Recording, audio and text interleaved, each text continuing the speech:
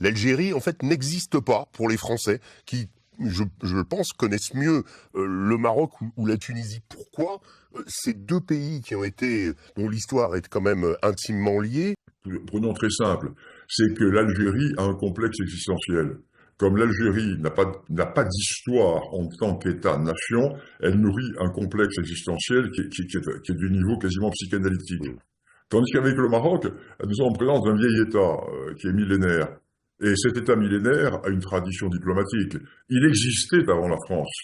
Parce qu'il y a une tradition, une tradition de diplomatie, une tradition de civilité, une tradition qui est celle d'un pays fort de ses racines. Vous ne voyez pas les Marocains parler de ce qui s'est passé pendant l'époque du protectorat, qui a été une époque bénéfique pour le Maroc. Lyautey est considéré au Maroc comme un grand personnage. Je ne parle pas du peuple algérien. Le pouvoir algérien est jaloux du Maroc et il en veut à la France. Nouvelle édition du Grand Entretien. Alors aujourd'hui, je reçois Bernard Lugan, que j'avais déjà reçu il y a quelques mois. Je vous le présente pour ceux qui ne le connaîtraient pas, mais j'en doute, puisque chez Omerta, votre première vidéo déjà avait fait beaucoup de bruit. Alors Bernard Lugan est évidemment un spécialiste éminent de l'Afrique, comme nous en avons peu en France aujourd'hui. Il est un ancien professeur aux écoles de Saint-Cyr et également à l'école de guerre. Bonjour Bernard Lugan, merci d'être présent aujourd'hui. Bonjour, voilà. Je salue vos auditeurs. Bah écoutez, merci. Alors nous allons parler de l'Algérie plus particulièrement aujourd'hui, puisque vous sortez ce livre aux éditions Ellipse, que je montre à l'antenne, Histoire des Algéries, des origines à nos jours. Alors c'est très intéressant parce que, évidemment, ça fait partie en ce moment de l'actualité. On va revenir sur le ministre Bruno Retailleau, les OQTF. On va pas parler que de ça, mais si vous voulez, le dossier algérien est lourd, très lourd en France en ce moment. Il pèse en politique intérieure. Alors, dans ce livre, il y a quand même des moments forts. Déjà, histoire des Algéries et non pas histoire de l'Algérie. Expliquez-nous. Tout simplement parce que l'Algérie est née en 1962, elle n'a jamais existé auparavant, et auparavant, sur le territoire sur lequel va être créée l'Algérie par la France, ont existé des populations et des histoires. Alors, il y a les histoires des Algéries berbères, des Algéries romaines, byzantines, pour partie vandales, arabo-musulmanes,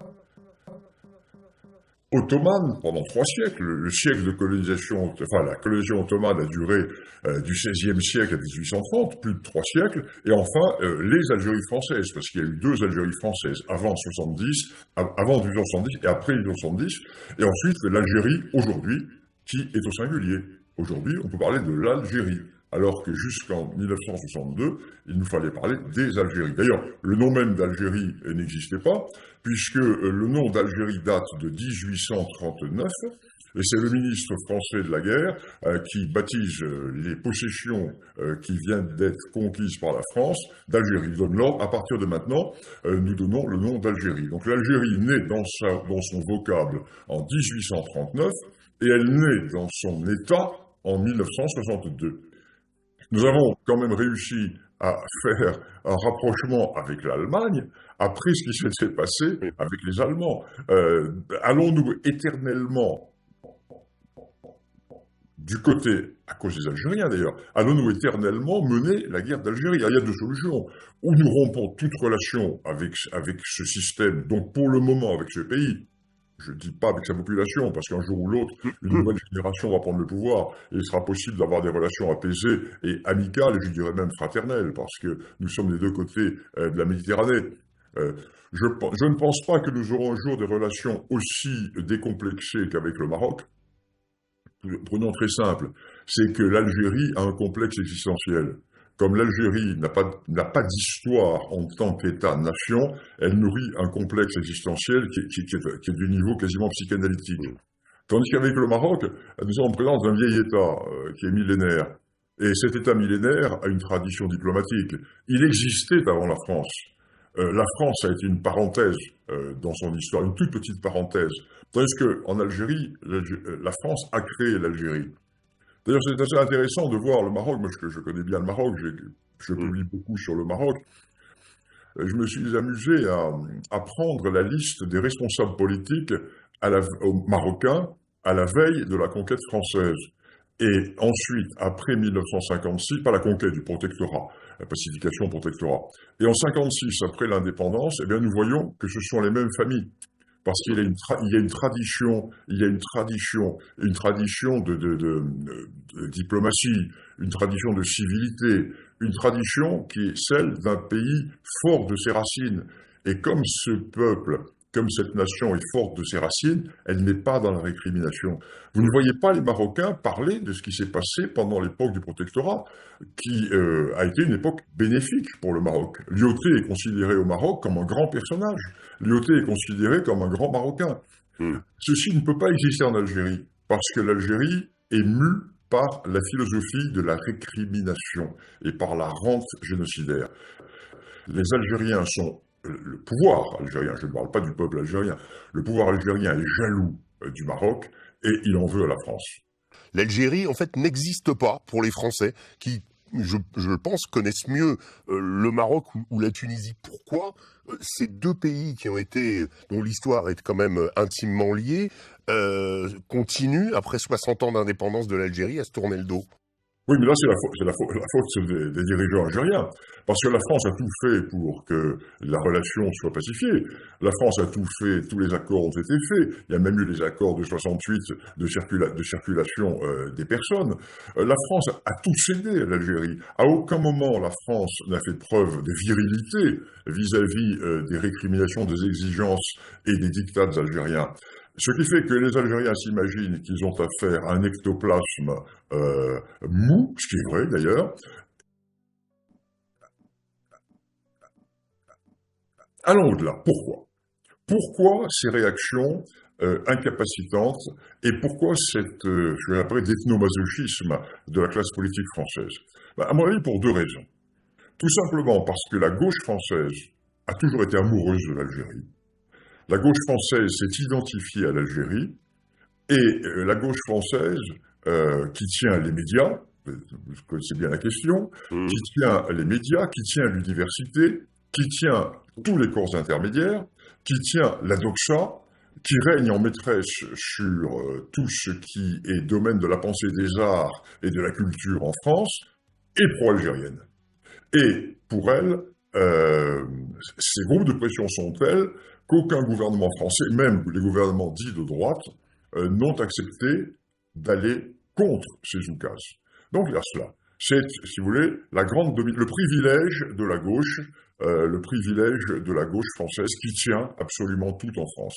Et c'est pour cela, quand vous pensez qu'aujourd'hui, dans le gouvernement actuel, vous avez un ministre comme le ministre Retailleau, qui a une position virile et une position tout à fait digne et tout à fait compréhensible sur le sujet. Mais dans le même gouvernement, vous avez une ministre des Sports qui est pour le port du voile dans les compétitions féminines, et vous avez un ministre des Affaires étrangères qui est prêt, à une fois de plus, à aller à Canossa vis-à-vis de l'Algérie.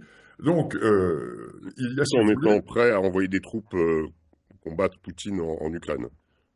Oui, en plus. Bon, donc, si vous voulez... En nous expliquant que c'est un conflit existentiel en Ukraine, mais pas en Algérie. Enfin. Voilà. Donc, là, la question est bien résumée, bien posée. Donc, il y a, si vous voulez, ce problème, qui est un problème existentiel en France. Et ce problème fait que la France est elle-même paralysée par les cinquièmes colonnes, volontaires ou involontaires, les héritiers des porteurs de valises. Nous sommes exactement dans cela, comme pendant la guerre d'Algérie, quand vous aviez des Français de gauche qui aidaient le FLN, qui assassinaient les civils français ou les militaires français. Vous aviez dans les usines d'armement françaises les militants communistes qui enlevaient la poudre des munitions. Vous aviez des militants communistes qui mettaient des tracts dans les grenades. Et quand les soldats français se dégageaient à la grenade, eh bien, au lieu d'exploser, ces grenades distribuaient des tracts. Donc, nous sommes dans la tradition de la trahison, de l'ethnomasochisme de la gauche, d'une certaine gauche. Je ne dirais pas de la gauche de Guy Mollet Mm. et de la gauche de Lacoste, de Brogès-Monoury, qui était une gauche patriote. C'est elle qui a envoyé le contingent en Algérie. Oui, puis c'est d'ailleurs intéressant de voir que François Mitterrand, Guy Mollet et d'autres sont aussi sont à l'origine de la répression en Algérie, d'une certaine façon. Donc c'est pas... Et même Mendès France. Les premiers discours de Mendès France au moment de l'éclatement de la guerre d'Algérie en 54 sont terribles. Dans mon livre, je cite des passages de Mendès France, des passages des divers dirigeants socialistes. Songez donc qu'en 1945, quand il y a eu les affaires de Sétif, l'humanité traitait les Algériens qui manifestaient à Sétif de tueurs à gages hitlériens. Hitlériens. Vous vous rendez compte? L'humanité traitait donc les insurgés de Sétif d'hitlériens. Et aujourd'hui, nous avons l'humanité qui accuse la France d'avoir fait la répression de Sétif. Donc nous vivons dans un monde sans mémoire. Une société française qui a deux caractéristiques, elle n'a plus de mémoire et elle est soumise aux privilèges rouges. Alors vous avez évoqué tout à l'heure brièvement les accords de 68.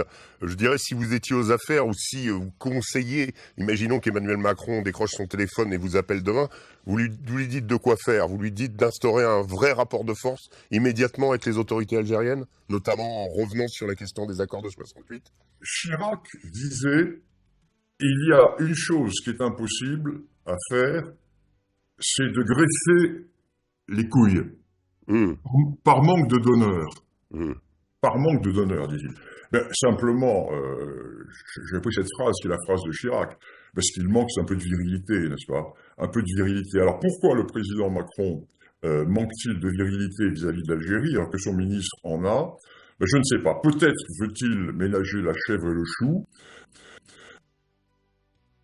Peut-être s'est-il tellement engagé auprès de l'Algérie avant sa candidature, quand il a parlé de la colonisation comme d'un crime contre l'humanité, qu'il peut difficilement faire machine arrière. On va voir on va voir ce qui va se passer avec le genre d'ultimatum qui a été donné par le Premier ministre Bayrou et par la menace de démission du ministre Retailleau. On va voir quelle va être l'attitude de la présidence. Mais visiblement, vous n'avez pas beaucoup d'espoir, on dirait. On ne peut pas, le pire n'est pas toujours possible, mais les leçons du passé font que j'ai quand même pas mal d'inquiétudes. Alors, j'ai pas mal d'inquiétudes parce qu'avec l'Algérie, il n'y a qu'une seule solution. Une seule solution, c'est très simple. Renverser la table. Renverser la table et parler franchement, virilement. Écoutez, voilà, vous êtes indépendant depuis 1962. Reconnaissez honnêtement que depuis 1962, nous avons cédé à tous vos caprices. Nous avons cédé à toutes vos demandes. À aucun moment, nous n'avons entamé une politique de rétorsion. Alors maintenant, ça suffit. La politique va changer. Alors il y a deux solutions. Soit nous rompons, et si nous rompons avec vous, cela ne nous coûtera rien, car l'Algérie ne compte pas pour l'économie française. Le gaz algérien ne compte pour rien. 8% de la consommation française. Le pétrole, 8%. On peut l'acheter ailleurs, moins cher, sans aucun problème, et sans avoir de soucis avec votre classe politique. Alors donc, on met les cartes sur table. Ou bien nous rompons, au revoir, on se quitte, ou bien nous définissons un nouveau type de rapport. Et dans ce nouveau type de rapport, nous mettons les cartes sur la table, on règle les comptes une bonne fois pour toutes, et si on les règle, après on efface et on avance vers l'avenir. Mais si vous voulez continuer à avancer en gardant le rétroviseur et en ayant le pied sur le frein, faites-le tout seul. Nous avons des partenaires qui sont adultes, comme le Maroc, et nous préférons travailler avec des adultes plutôt qu'avec des enfants capricieux.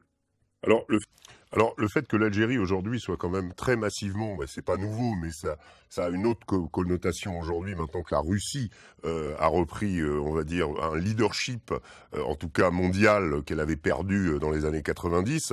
Est-ce que ça ne rend pas plus difficile la relation franco-algérienne, le fait pour les Algériens de savoir qu'ils ont cet accord, enfin on va dire militaire, cette coopération avec la Russie, et également l'Italie qui a joué un rôle économique et qui a aujourd'hui des relations, on dirait, plus sereines que nous avec cette même Algérie. Très intéressant, là vous posez une bonne question et je vais rebondir sur le Sahel, parce qu'il faut voir l'ensemble. Hein. Tout à fait. Donc l'Algérie, effectivement, a 100% de son armement qui vient de Russie. Mais l'Algérie se trouve en compétition géostratégique avec la Russie. Pourquoi? Parce que la Russie s'est engagée dans le Sahel auprès des gouvernements centraux, notamment au Mali, c'est-à-dire auprès des sudistes, qui luttent contre les nordistes, notamment contre les Touaregs. Or, les Touaregs sont dans la main des Algériens. Pour une raison très simple, c'est que la moitié du peuplement Touareg est en Algérie. Et les services algériens ont toujours piloté la question Touareg. Par exemple, le grand chef Touareg avec lequel il eût fallu régler le problème, je le dis moi, depuis le début de l'opération, depuis le début de Sirval, il fallait régler la question avec Yagali. On en avait discuté déjà. Tout n'aurait pas dégénéré. Yagali est de notoriété publique dans la main de l'Algérie. Sa famille vit à Ouargla, lui-même a sa base arrière en Algérie, etc. Or, les Russes soutiennent de régler une fois pour toutes la question des Touaregs. Alors comment l'équilibre va-t-il se faire?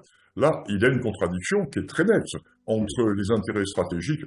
Deuxième point, la Russie soutient à fond le général Haftar. Pourquoi? La Russie a perdu ses bases en Syrie et il n'y a que 3 ports en eau profonde en Méditerranée. Elle n'a pas encore totalement perdu ses bases. Hein. Oui, mais... Donc elle a perdu le régime qui encadrait ses bases. Oui. Elle n'a plus la liberté d'action dans ses bases. Or, il y a 3 ports possibles en Méditerranée en eau profonde. C'est Tartouche, c'est la Cyrénaïque ou c'est Mers-el-Kébir.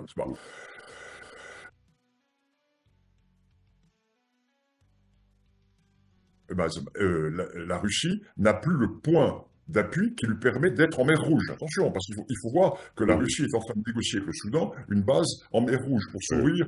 Donc c'est toujours l'histoire, la poussée vers les mers du Sud. Donc la Russie soutient Haftar à fond.